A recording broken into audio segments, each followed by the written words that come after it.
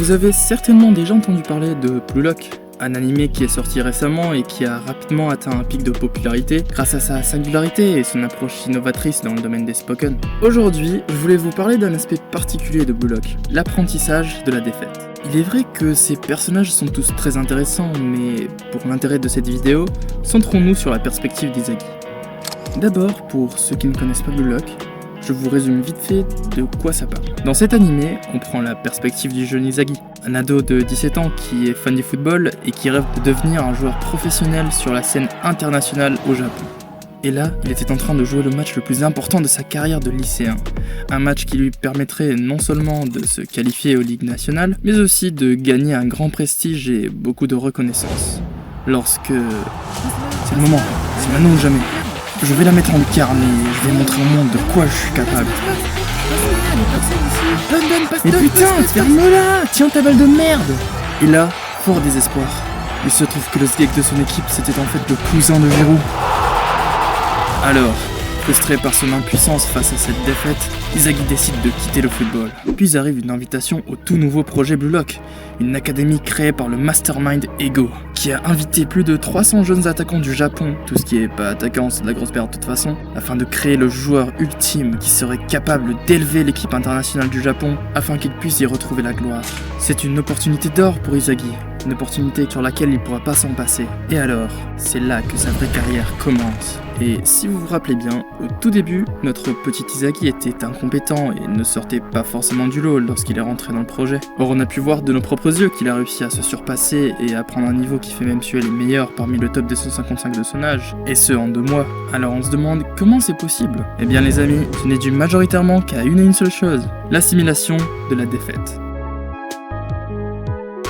Depuis qu'il a rejoint le Blue Lock, le mec il a subi 3 événements qu'on qualifiera comme 3 points d'inflexion. Des événements qui lui auront fait changer à chaque fois et, à force, devenir une meilleure version de lui-même. Le premier point d'inflexion a lieu au tout début, lors de la première épreuve, quand Izagi se retrouve dans une situation de tout ou rien.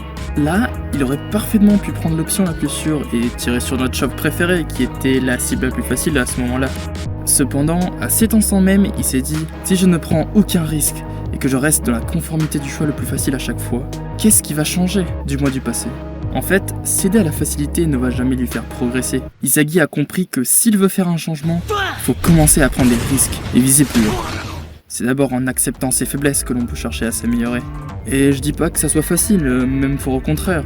Il faut avoir un mental de fou pour être capable d'être honnête avec soi-même. Surtout quand ça implique d'accepter un défaut provenant de soi. Mais si vous voulez vraiment atteindre vos objectifs, il faut avoir cet état d'esprit-là. Déjà, cette mentalité lui a permis de progresser même en étant un des derniers dans le classement. Et en fait, faire partie des plus faibles est une grande aide pour assimiler que tu as des faiblesses. Et donc, si tu veux t'améliorer, il faudra les combler.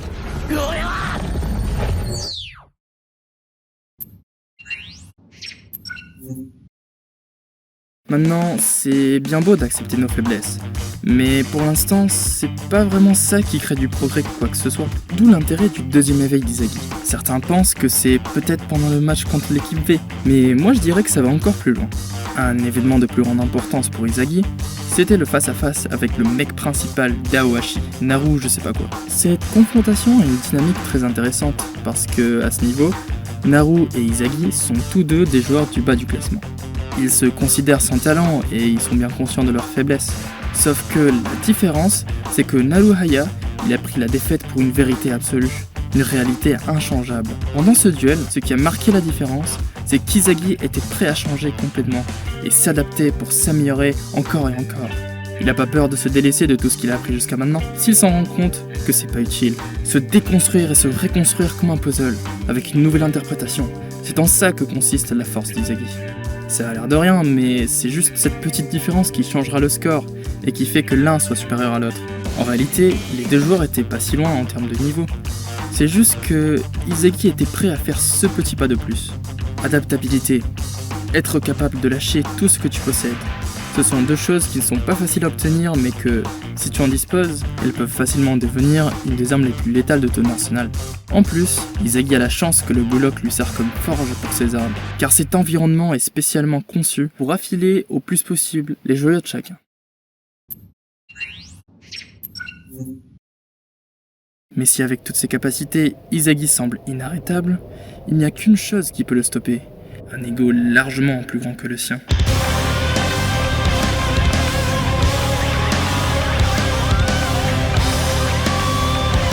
C'est alors que, face à une difficulté quasiment impossible à surmonter, on voit la vraie nature d'Izagi.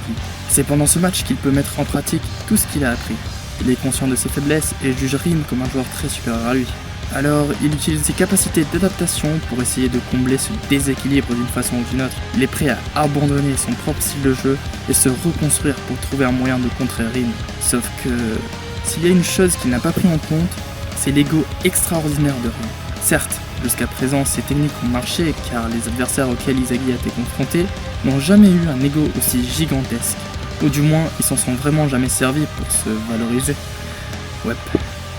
Alors qu'ici, Izagi affronte pour la première fois un joueur qui est extrêmement égoïste et qui s'en donne les moyens pour profiter au maximum de cet égoïsme-là. Pas prendre en compte cet aspect-là signifie la défaite. Et c'est ici qu'entre en jeu le dernier point d'inflexion. C'est dans ces situations désespérées qui te poussent à tes limites que ces changements drastiques peuvent avoir lieu. Oui, on connaît tous le résultat final, Izagi a perdu. Et je veux dire, c'est normal, il s'est battu contre quelqu'un qui a un talent inné, objectivement parlant, beaucoup plus grand que le sien. Enfin, regardez la génétique quoi, son frère est au Real Madrid. Et en plus, Rin c'est quelqu'un qui le travaille de manière acharnée. Mais le fait d'avoir perdu n'est pas synonyme du non-progrès. Ce match a été, à mon avis, le plus productif non seulement pour Izagi, mais pour toute son équipe. Après, je vous parle pas des autres joueurs parce que sinon la vidéo durerait 2 heures, mais pour rester sur l'analyse autour d'Izagi, c'est grâce à Rin qu'il a compris que pour devenir meilleur, il faut exploiter nos talents innés avec de la discipline. Et c'est pas pendant le match même qu'Izagi s'en rend compte, mais plutôt de manière continue. Et où il diffère de ses versions antérieures, c'est que maintenant, Izagi a conscience que, en réalité, tout le monde possède des talents, mais c'est à eux de trouver duquel il s'agit, et surtout c'est à eux de les travailler pour en profiter. Car en voyant des joueurs extrêmement talentueux comme Pachira ne toucher aucun ballon lorsque Rin est sur le terrain, ça lui a fait réaliser que leur écart vient du niveau de perfectionnement que chacun dédie à son talent. Et d'ailleurs, j'envisage aussi la possibilité de réfuter mon raisonnement. Par exemple, on pourrait dire que l'éveil soudain d'Izagi qui lui a fait battre un joueur comme Rin sur certaines actions est preuve du contraire. Mais en y réfléchissant bien, ça ne vient pas nulle part cet éveil. Si ce n'est grâce au match précédent où il a pu découvrir et tester ses armes, c'est surtout par sa détermination qu'Izagi a pu améliorer son niveau en si peu de temps. Il était si obsédé que même pendant ses temps de repos, il ne pensait qu'à s'entraîner. Il se couchait plus tard que les autres pour essayer de rattraper son retard avec du travail en plus. Bien évidemment, cela aurait été inutile sans tout ce qui a été dit précédemment. Alors, pour récapituler, l'anime de Blue Lock nous apprend que si l'on veut tenter de devenir les meilleurs sur quelque chose, il faut d'abord apprendre à accepter la défaite et en sortir de la valeur. Pour profiter de cette valeur, il faut aussi avoir le courage et la force mentale pour oser changer quand il le faut. Et donc, si l'on veut passer à l'exécution, il faut alors établir une certaine discipline qui soit adaptée à nos talents, afin d'en sortir un profit maximum en les perfectionnant.